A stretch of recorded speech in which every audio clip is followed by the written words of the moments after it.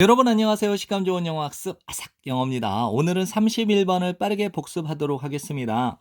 심지어 모든 음악적 단체들 중에서 가장 존경받을 만한 심포니 오케스트라조차도 가지고 다닙니다. 유산을, 사냥의 유산을 가지고 다닙니다.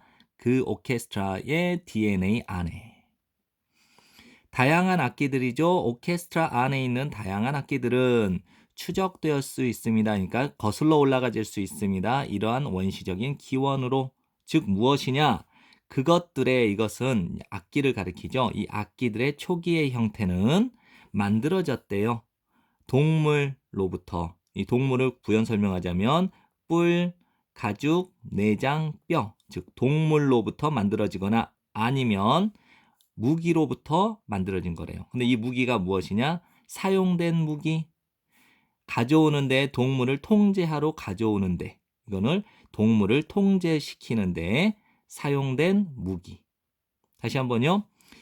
오케스트라 안에 있는 다양한 악기들은 거슬러 올라가질 수 있습니다. 이런 원시적인 기원으로.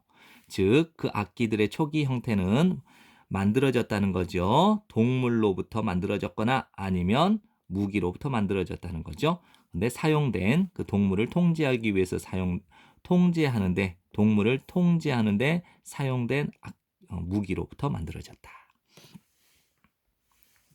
우리가 잘못된 걸까? 만일 듣는다면 이러한 역사는 무엇이냐면요. 악기의 그 원시적인 기원의 역사를 말하겠죠. 이 역사를 듣게 된다면 우리가 잘못된 걸까? 그 음악 자체에서.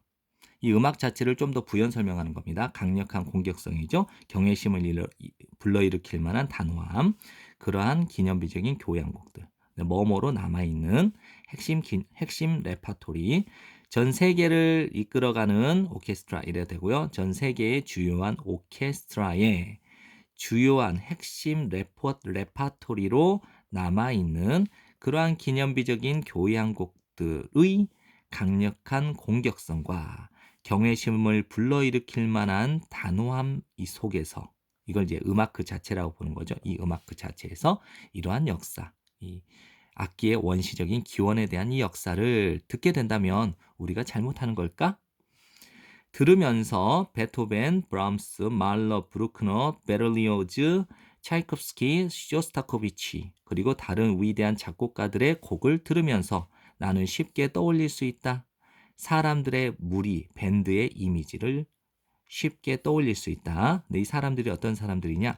추적하기를 시작하는 동물들을 사용하면서 소리를 뭐뭐로써 지배의 원천과 상징으로서 그리고 포식자의 힘에 대한 의지의 표현으로서 소리를 사용하면서 동물들을 추적하기를 시작하는 사람들의 무리의 이미지를 나는 쉽게 떠올릴 수 있다. 뭐 하면서 베토벤부터 다른 작곡가들의 음악을 들으면서. 네, 지금까지 공부한다고 고생 많으셨고요. 여러 번 복습하시고 내신에서 좋은 성적 받으세요. 감사합니다.